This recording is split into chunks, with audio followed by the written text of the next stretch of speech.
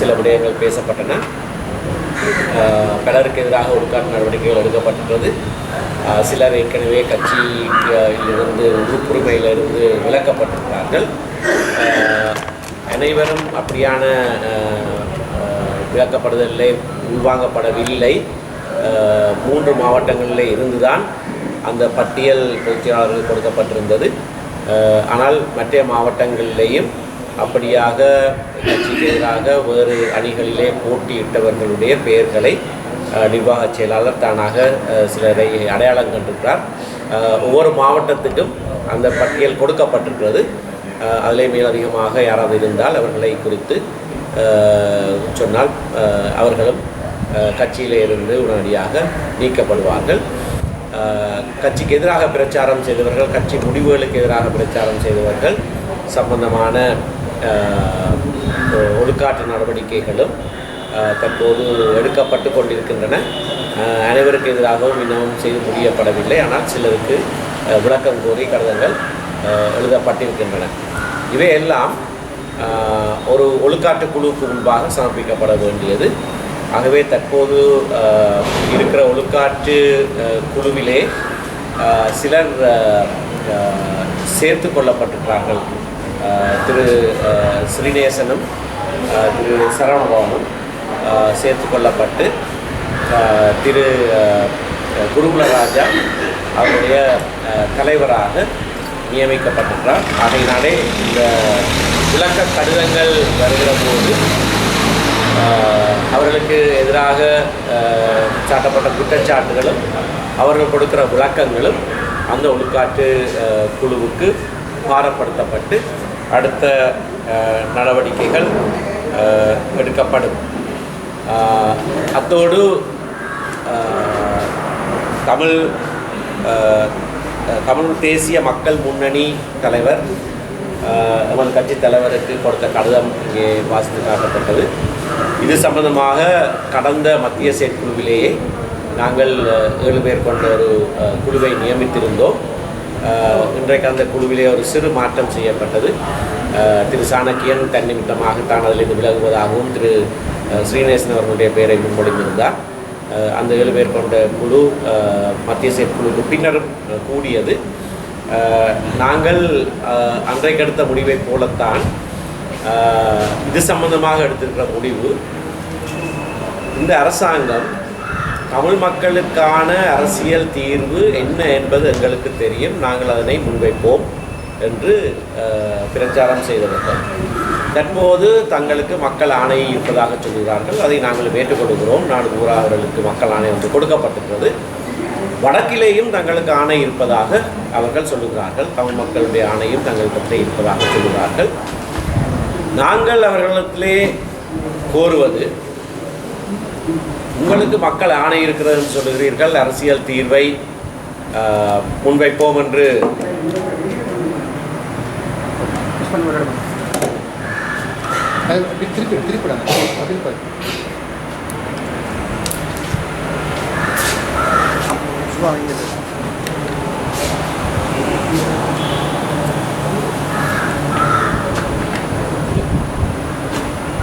உங்களுக்கு மக்கள் ஆணை இருக்கிறன்னு சொல்லுகிறீர்கள், அரசியல் தீர்வை நாங்களே முன்வைப்போம் என்று அரசாங்கத்தின் முக்கிய பிரதிநிதிகள், விசேடமாக அமைச்சரவை பேச்சாளர் டாக்டர் நலிந்த ஜாயதீச ஊடகங்களுக்கு சொல்லியிருக்கிறார். பொருளாதார பிரச்சனை தான் முக்கியமானது, அதைத்தான் நாங்கள் கவனிப்போம். புதிய அரசியலமைப்பு கொண்டு வருகிற விவகாரம் அதை பின்னர் பார்த்து கொள்வோம் என்று சொல்லியிருக்கிறார். வேறு சிலர் 3 வருடங்களுக்கு பிறகு அதை பற்றி நாங்கள் பேசலாம் என்று சொல்லியிருக்கிறார்கள். இதை நாங்கள் ஏற்றுக்கொள்ளவே முடியாது. இந்த நாட்டினுடைய பிரதான பிரச்சனை தமிழ் தேசிய பிரச்சனை. வேறொரு பிரச்சனை சம்பந்தமாகவும் இந்த நாட்டிலே 30 ஆண்டுகள் ஒரு யுத்தம் கூட நடைபெறவில்லை. பொருளாதார பிரச்சனைக்கும் அடிகோலியாக இருப்பது அந்த யுத்தம், அந்த தமிழ் தேசிய பிரச்சனை. ஆகையினாலே அதை தீர்ப்பதை நாங்கள் பிற்போட்டுவிட்டு பொருளாதார பிரச்சனையை நாங்கள் முதல்ல கவனிப்போம் என்று சொல்வது நாங்கள் ஏற்றுக்கொள்ள முடியாது. வைத்தியர் சத்தியலிங்கமும் அண்மையிலே பாராளுமன்றத்தில் இதை சுட்டி காட்டியிருந்தார். ஆகவே அரசாங்கத்திடத்திலே நாங்கள் வலிந்து கோருவது, நீங்கள் சொன்ன அந்த அரசியல் தீர்வை நீங்கள் முன்வையுங்கள். உங்களிடத்திலே அரசியல் தீர்வு இருக்கிறது என்று சொல்லுவீர்கள், அதை நீங்கள் காலம் தாழ்த்தாது முன்வைக்க வேண்டும் என்பது எங்களுடைய கோரிக்கை. தமிழ் மக்களுடைய பிரதான கட்சியாக எங்களுடைய நிலைப்பாடு இது சம்பந்தமாக எப்படியானது என்பது சகலருக்கும் தெரியும். இந்த நாட்டிலே மட்டுமல்ல, உலகம் பூராவும் தெரியும்.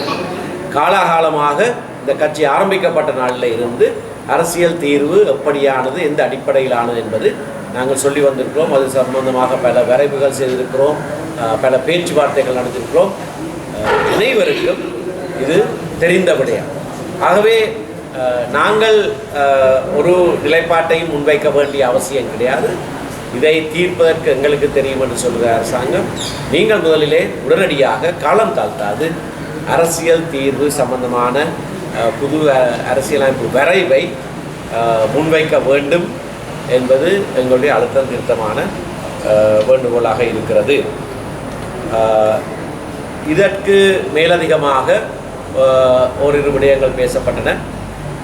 அண்மையிலே காலமான எங்களுடைய கட்சியினுடைய பெருந்தலைவர், முன்னாள் தலைவர் திரு மாவை சேனாதராஜாவுடைய இறுதி கிரியைகள் நேரத்திலே நிகழ்ந்த சில அசம்பாவிதங்கள் சம்பந்தமாக கட்சியுடைய மத்திய செயற்குழு உறுப்பினர்கள் 18 பேர் சம்பந்தமாக அவருடைய படங்களை பிரசுரித்து பதாகைகள் கட்டப்பட்டு அவருடைய மரணத்துக்கு இவர்கள் தான் காரணம் என்றெல்லாம் விஷமத்தரமான பிரச்சாரங்கள் மேற்கொள்ளப்பட்டிருந்தன. தலைவரும் பொதுச் செயலாளரும் அவரை சென்று பார்வையிட்ட காரணத்தினால்தான் அவர் மறைந்தார், விழுந்தார் என்ற செய்திகள் கூட போலியாக பரப்பவிடப்பட்டிருக்கின்றன. இது சம்பந்தமாக கட்சி தலைவர் போலீஸுக்கு ஒரு முறைப்பாடு செய்திருக்கிறார். இணையவழி செய்யப்படுகிற பிரச்சாரத்துக்கு எதிராகவும் இந்த பதாகைகள் கட்டப்பட்ட விடயம் சம்பந்தமாகவும் கட்சி சார்பாக கட்சி தலைவர் என்ற ரீதியிலே அவர் போலீஸ் முறைப்பாடு செய்திருக்கிறார். இது சம்பந்தமாக வேறும் சிலர் முறைப்பாடுகள் செய்திருக்கிறார்கள், மற்றவர்களும் முறைப்பாடுகளை பதிய இருக்கிறோம். இந்த விடயத்திலே போலீஸார் மும்முரமாக செயற்பட்டு இந்த விடயங்களை செய்தவர்கள் கண்டுபிடிக்கப்பட்டு சட்டத்தின் முன் நிறுத்தப்பட வேண்டும் என்பது எங்களுடைய ஏகோபித்த கோரிக்கையாக இருக்கிறது. அரசாங்கத்துக்கும் போலீஸாருக்கும் போலீஸ்மா அதிபருக்கும் நாங்கள் கொடுக்கிற ஒரு செய்தி, மிக மிக மோசமான ஒரு குற்றச்செயல் நிகழ்ந்திருக்கிறது. ஒருவர் மரணித்திருக்கிறார் அவருடைய மரண வீட்டிலே, அதுவும் ஒரு பிரதான கட்சியினுடைய தலைவராக இருந்தவர், அந்த கட்சியின் உறுப்பினராக 60 வருடத்துக்கு மேலாக இருந்த ஒருவருடைய மரணச் சடங்கிலே அந்த கட்சியினுடைய மத்திய செயற்குழு உறுப்பினர்கள் 18 பேர் தான் அவருடைய மரணத்துக்கு காரணம் என்று சொல்லி பதாகைகளை வீதியிலேயும் சுடலையிலேயும் கட்டி தொங்க விடுவது என்பது அந்த 18 பேருக்கும் எதிராக வன்முறையை தூண்டுகிற ஒரு குற்றச்செயல்.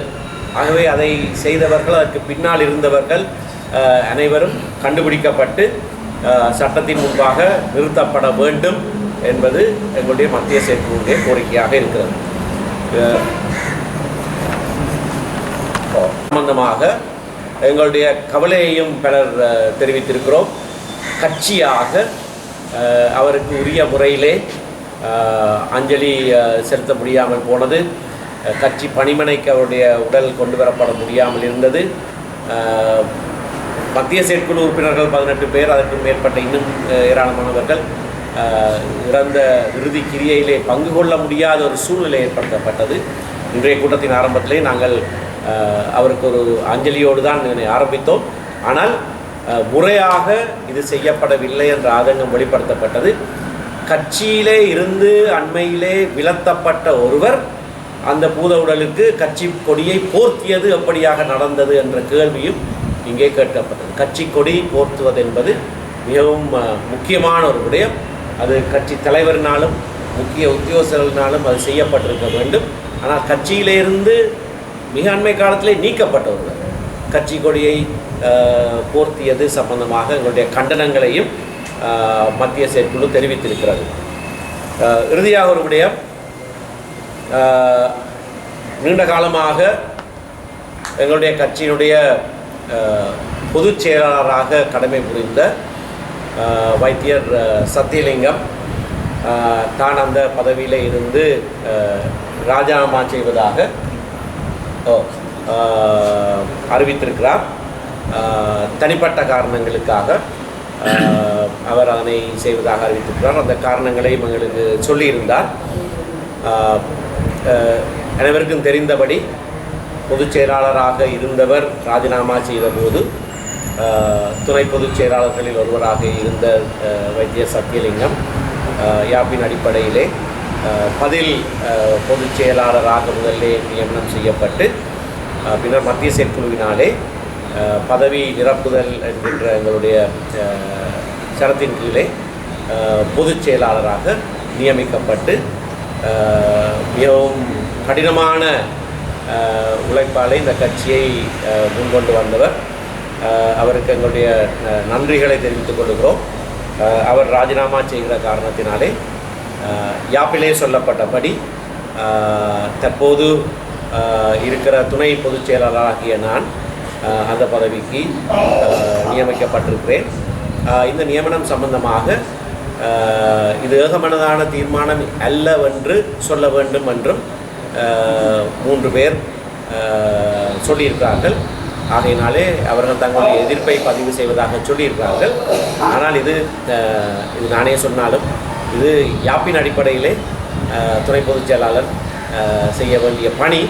ஆகையினாலே அதனை நான் ஏற்றிருக்கிறேன். பொதுச் செயலாளருடைய ராஜினாமாவை அடுத்து பொதுச் செயலாளராக நான் கடமையாற்றுவேன்.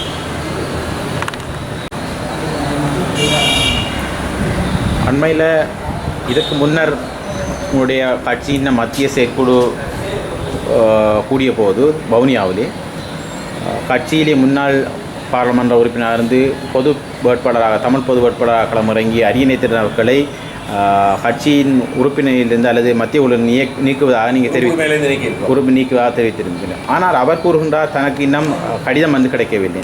உண்மைத்தன்மை என்ன? நாங்கள் ஒரு தடவை சொன்னால் அதுதான் செய்தி. அவரை நீக்கியாய் அவர் சொல்கிறாருன்னு சொல்லி எங்கள்கிட்ட கேட்டால் நாங்கள் அதுக்கு பதில் சொல்லலாம். இல்லை, அவர் கடிதம் கிடைக்கலன்னு சொல்கிறார். அவர் எங்களுக்கு சொல்லலையே. அவர் ஊராக போய் அப்படி சொல்லி கொண்டு திரிகிறதால எந்த பிரயோசனமும் இல்லை. அவர் கட்சியிலிருந்து நீக்கப்பட்டு விட்டார். அனுப்பினு சொன்னதுன்னு தானே நீங்களே சொல்கிறீங்க. நாங்கள் அனுப்பாதது நாங்கள் அனுப்பினு சொல்கிறோமா? இப்போ கட்சி ஏற்கனவே மட்டக்களப்பை சேர்ந்த முன்னாள் மாகாண சபை உறுப்பினராக வழக்கு வைத்திருந்தார். இப்போ 2வது வழக்கு ஒன்றும் போடப்பட்டிருக்கின்றது. இல்லை, 3வது வழக்கம் 3வது வழக்கம் போடப்பட்டிருக்கின்றது. கட்சியின் பொது சபை கூட்டம் எப்போது கூட்டப்படும்? பொதுச்சபை கட்சி யாப்பை மீறி கட்சி செயற்பட்டிருக்கிறது என்று சொல்லி 2 வழக்குகள் தாக்கல் செய்யப்பட்டது. ஒன்று யாழ்ப்பாண மாவட்ட நீதிமன்றத்திலே, மற்றது திருவண்ணாமலை மாவட்ட நீதிமன்றத்திலே. அந்த வழக்குகளில் இடைக்கால தடை கட்டளைகள் வழங்கப்பட்டிருக்கின்றன. அந்த வழக்குகளை சுமூகமாக தீர்த்து கொள்வதற்கான சில நடவடிக்கைகள் எடுக்கப்பட்டிருந்தன. அது சம்பந்தமாகவும் மத்திய செயற்குழுவிலே பேசப்பட்டது. வழக்குகள் நிலுவையில் இருக்கிற போது அது சம்பந்தமாக பேசப்பட்ட விடயங்கள் என்ற காரணத்தினாலே அவற்றினுடைய விவரங்களை நான் வெளியிடவில்லை. ஆனால் அது சம்பந்தமாக தொடர்ந்தும் முயற்சிகள் நடைபெறுகிறது. சுமூகமாக ஒரு இணக்கப்பாட்டோடு அந்த வழக்குகளை தீர்த்து கொள்ளலாமா என்பதை குறித்து நாங்கள் சில முயற்சிகளை இன்றைய கூட்டத்திலேயும் எடுத்திருக்கிறோம். அப்படியாக இணக்கப்பாட்டோடு அந்த வழக்குகள் தீர்க்கப்பட்டால் உடனடியாக பொதுக்குழு கூட்டப்படக்கூடிய சாத்தியக்கூறு உண்டு. இந்த 2ஐயும் தவிர வேறு 3 வழக்குகளும் தாக்கல் செய்யப்பட்டது. ஒன்று திரு நடராஜா மட்டக்களப்பு முன்னாள் கிழக்கு மாகாண சபை உறுப்பினர், அடுத்தது முன்னாள் பாராளுமன்ற உறுப்பினர் வைத்தியர் சிவமோகன் 2 வழக்குகள் தாக்கல் செய்திருக்கிறார். ஆனால் இந்த 3 வழக்குகளிலையும் அவர்கள் கோரிய இடைக்கால தடை கட்டளைகளை நீதிமன்றம் நிராகரித்திருக்கிறது. அதனாலே அது கட்சிக்கு எந்த விதமான பாதிப்பையும் ஏற்படுத்தவில்லை. அந்த வழக்குகள் இருக்கின்றன. அந்த வழக்குகளுக்கு நாங்கள் முகம் கொடுக்க வேண்டும். ஆனால் அவர்கள் கோரி கேட்டுக்கொண்ட இடைக்கால நிவாரணங்களை நீதிமன்றங்கள் நிராகரித்தன. கட்சிகளோட பாராளுமன்ற தேர்தலுக்கு பிறகு கட்சிகளோட ஒற்றுமை பற்றி பேசப்படுது. எதிர்வரும் உள்ளூராட்சி மன்ற தேர்தலில் நீங்கள் முன் அறிவித்த மாதிரி தனித்து போட்டிடுவீங்களா அல்லது கட்சியாக ஒன்று சேர்ந்து போட்டிடுற மாதிரி திட்டங்கள் எதுவும் இருக்கு? அது சம்மந்தமாக பேசினீங்களா? ஒவ்வொரு தேர்தல் முறைமையை அனுசரித்து தான் நாங்கள் இந்த தீர்மானங்கள் எடுக்க வேண்டும். நாங்கள் ஒற்றுமையாகத்தான் தனித்து போட்டியிடுகின்ற தீர்மானத்தை எடுத்தோம். தனித்து போட்டியிட்டால்தான் பிறகு ஒற்றுமையாக சேர்ந்து ஆட்சி அமைக்கக்கூடிய சூழ்நிலை இருக்கிறது உள்ளூராட்சி சபை தேர்தல் சட்டத்தின் அடிப்படையில். ஆகையானால் தான் இன்றைக்கும் நாங்கள் அதை குறித்து எடுத்த தீர்மானம். அந்த கட்சிகளோடு நாங்கள் தேர்தலுக்கு முன்னதாகவே பேசி ஒரு புரிந்துணர்வை ஏற்படுத்துவோம். ஆனால் தொழில்நுட்ப ரீதியிலே எந்தெந்த இடங்களிலே ஒரு கட்சியாக போட்டியிடுவதா அல்லது 2-3 கட்சிகளாக போட்டியிட்டு பிறகு ஒன்றாகுவதா என்பது பற்றி அது அந்தந்த சூழ்நிலைக்கேற்ப நாங்கள் முடிவுகளை எடுப்போம். பெரிய நிலவணையில் அமைக்கப்பட்டிருக்கிற அந்த மதுபான சாலை சதத்தில் இந்த எதிர்ப்பு நடந்துச்சு. அந்த இடத்துக்கு நீங்கள் போயிருந்தீங்க. அது சம்மந்தமாக ஏதாச்சும் வாக்குறுதி மக்களுக்கு வழங்கியிருக்கீங்களா? மக்கள் எதிர்ப்பை மீறி மதுபான சாலைகள் திறக்கப்பட்டால், மக்கள் கோரிக்கை விடுத்தால் பல நீதிமன்றங்களிலே நான் இந்த விடயத்தை முன்னெடுத்து பல இடங்களிலே நீதிமன்ற தடையையும் பெற்றுக் கொடுத்திருக்கிறேன். உதாரணமாக முழங்காவிலே சில வருடங்களுக்கு முன்னர் திறக்கப்பட்ட ஒரு மதுபான சாலை கிளிநொச்சி நீதவான் நீதிமன்றத்திலே நாங்கள் வழக்கு தாக்கல் செய்து அது மூடப்பட்டது. தற்போது உடுப்பட்டியிலே ஒரு மதுபான சாலைக்கு எதிராக வழக்கு நடந்து கொண்டிருப்பது, அதிலேயும் நான் ஆஜராகிறேன். பொதுமக்கள் எதிர்ப்பு தெரிவித்தால் அது பொது தொல்லை என்று கருதப்பட்டால் அது மூடப்படலாம். ஆகவே நான் அவர்களிடத்திலே சொன்ன விடயம், அப்படியாக அவர்கள் ஆர்ப்பாட்டம் செய்கிறார்கள், அவர்கள் எழுத்திலே பொதுமக்கள் அமைப்புகள் இந்த மதுபான சாலை மூடப்பட வேண்டும், அதனாலே தங்களுக்கு பொது தொல்லை ஏற்பட்டிருக்கிறது என்று எழுத்திலே முறைப்பாடுகளை செய்து கொடுத்தால் நீதிமன்றத்துக்கு அந்த விடயத்தை முற்படுத்தி அதனை மூடுவதற்கான நடவடிக்கையை நான் மேற்கொள்வேன் என்று அவர்களுக்கு சொல்லியிருக்கிறேன். பேச்சை ஒட்டி ஒவ்வொரு ஊடக பேச்சாளர் நீங்களா அல்லது சிறுநேசன்? தமிழரசு கட்சியினுடைய பேச்சாளர் நான்.